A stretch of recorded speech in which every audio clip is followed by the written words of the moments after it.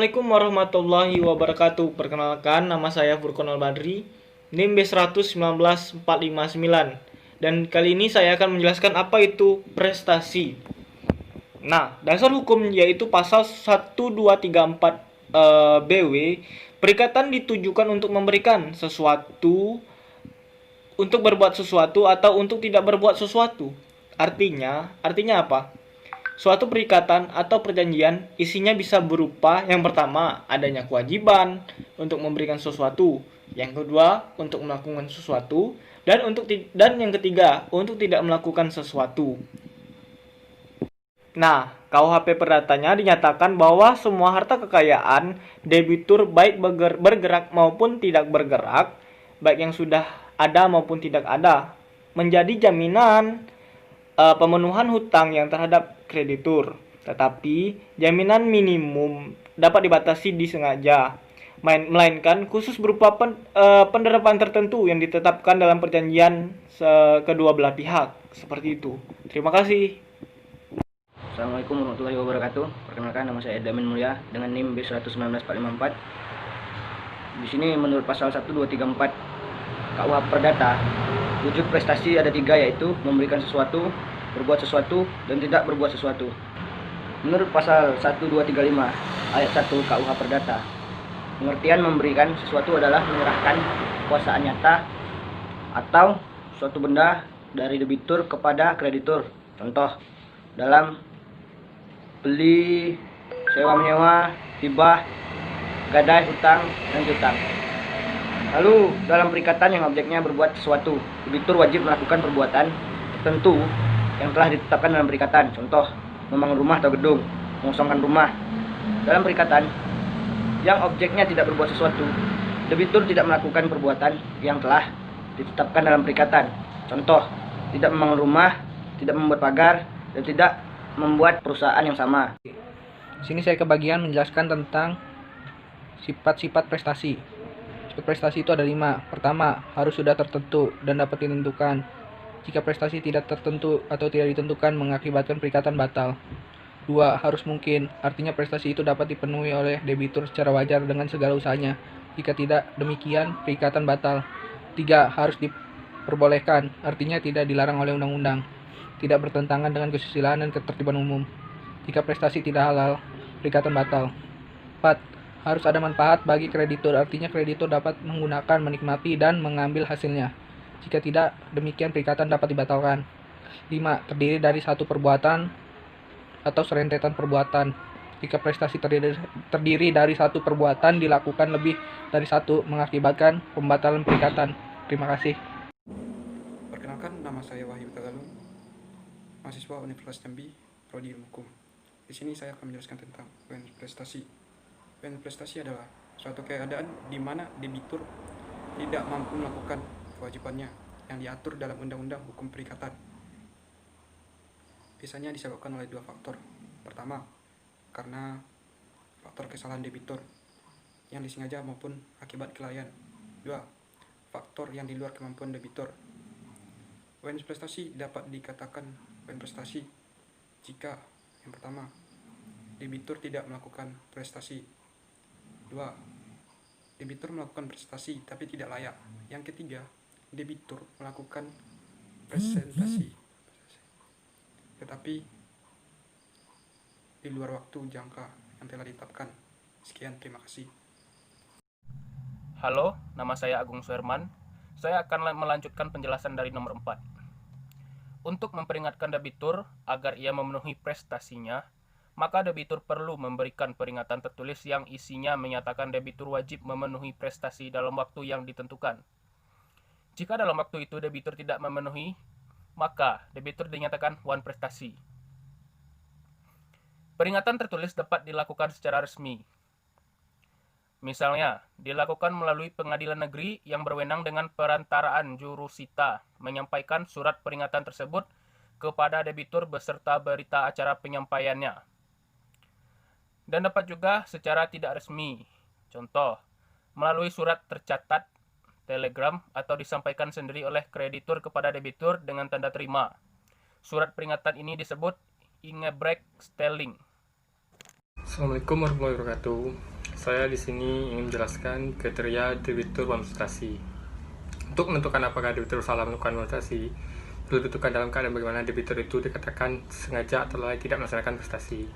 Di sini saya mengambil pendapat menurut R. Subakti, yaitu kriteria debitur yang uang prestasi. Pertama, tidak melakukan apa hal disengkuti untuk dilakukan. Contohnya, si A dan si B sepakat melakukan jual beli sepeda. A sudah menyerahkan sejumlah uang pembayar sepeda, tetapi si B tidak juga menyerahkan sepeda kepada si A. Sebab sepeda tersebut setelah dijual di B kepada pihak ketiga. Si B dianggap bukan prestasi karena tidak melakukan apa yang disengkuti untuk dilakukan, yaitu menyerahkan sepedanya kepada si A, sebagaimana yang sudah disepakati atau dijanjikan.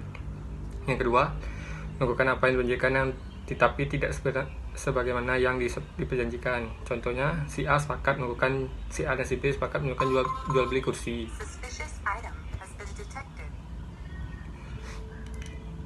Tetapi si B malah mengirimkan kursi yang berbeda. Dalam hal ini, si B sudah melakukan uang prestasi karena melakukan perjanjian tidak sesuai dengan yang sebagaimana mestinya. Ketiga, melakukan apa yang sudah dijanjikan tapi terlambat. Misalnya A membeli sepeda kepada si B dan si B berjanji akan menyerahkan pada misalnya tanggal 5 September 2020. Tetapi faktanya si B malah menyerahkan pada tanggal 20 September 2020. Yang artinya si B sudah telat 15 hari sebenarnya yang dijanjikan. Dalam hal ini B sudah uang prestasi, yaitu melakukan apa yang sudah dijanjikan, yaitu terlambat. Yang keempat, melakukan sesuatu yang oleh perjanjian tidak boleh dilakukan. Misalnya, si A menyewakan rumah kepada si B. Di perjanjian disepakati bahwa si B dalam menyewakan rumah A kepada orang lain, tetapi si B malah menyewakan rumah tersebut kepada pihak lain atau pihak ketiga.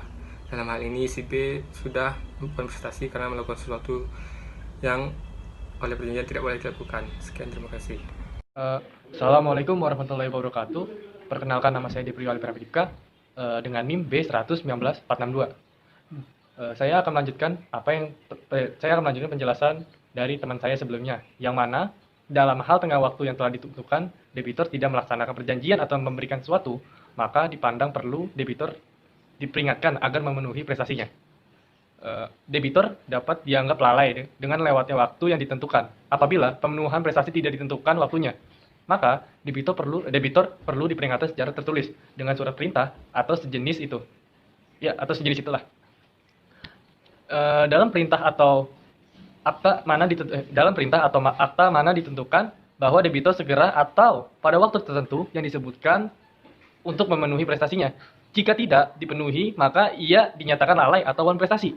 Menurut pasal 1238 KUH Perdata, yang berutang adalah lalai apabila ia dengan surat perintah atau dengan akta sejenis itu telah dinyatakan lalai, atau demikian perikatannya sendiri, si berutang akan harus dianggap lalai dengan lewatnya waktu yang ditentukan. Peringatan resmi untuk memenuhi prestasi dari pengadilan biasa disebut dengan SOMTIE,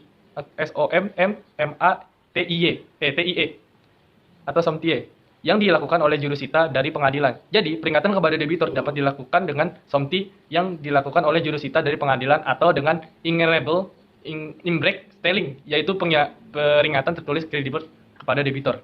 Sekian dan terima kasih. Di sini saya akan menjelaskan akibat hukuman prestasi.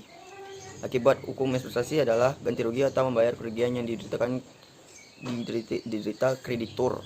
Tercatat pada pasal 1243 KUHP Perdata yang meliputi 1. Biaya itu segala pengeluaran atau rongkrosan yang nyata-nyata sudah dikeluarkan oleh satu pihak. 2. Rugi yaitu kerugian karena kerusakan barang-barang kepunyaan kreditur yang diakibatkan debitur. 3. Bunga yaitu kerugian yang berupa kehilangan keuntungan yang sudah dihitung oleh kreditur, tetapi dibatasi hanya kerugian yang diduga saja oleh sebab, yaitu debitur wajib membayar ganti rugi setelah dinyatakan lalai. Ia tetap tidak memenuhi perikatan. Tercatat pada pasal 123 KUHP Perdata, ganti rugi terdiri dari biaya rugi dan bunga. terdapat pada pasal 1244 dan 1246 KUHP Perdata. Ganti rugi harus mempunyai hubungan langsung atau hubungan konsensual dengan ingkar janji, terdapat pada pasal 1248 KUHP Perdata. Sekian itulah penjelasan saya tentang hukum wan prestasi. Assalamualaikum warahmatullahi wabarakatuh. Selanjutnya adalah pembatalan perjanjian atau pemecahan perjanjian, yang dimana bertujuan untuk membawa kedua belah pihak kembali keadaan sebelum perjanjian dilaksanakan atau menurut pasal 1266 KUHP. 3. Peralihan risiko atau pasal 1237 KUHP Perdata.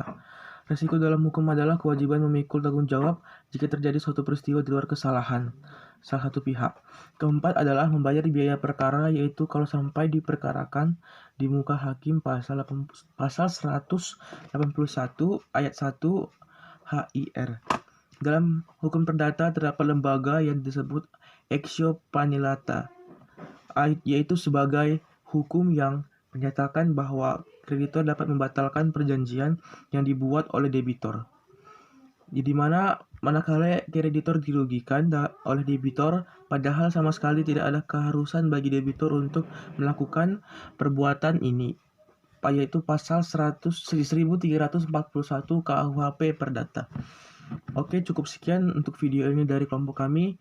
Jika maaf jika ada sedikit kesalahan dalam penyampaian materi ini, semoga teman-teman semua mengerti dan terima kasih.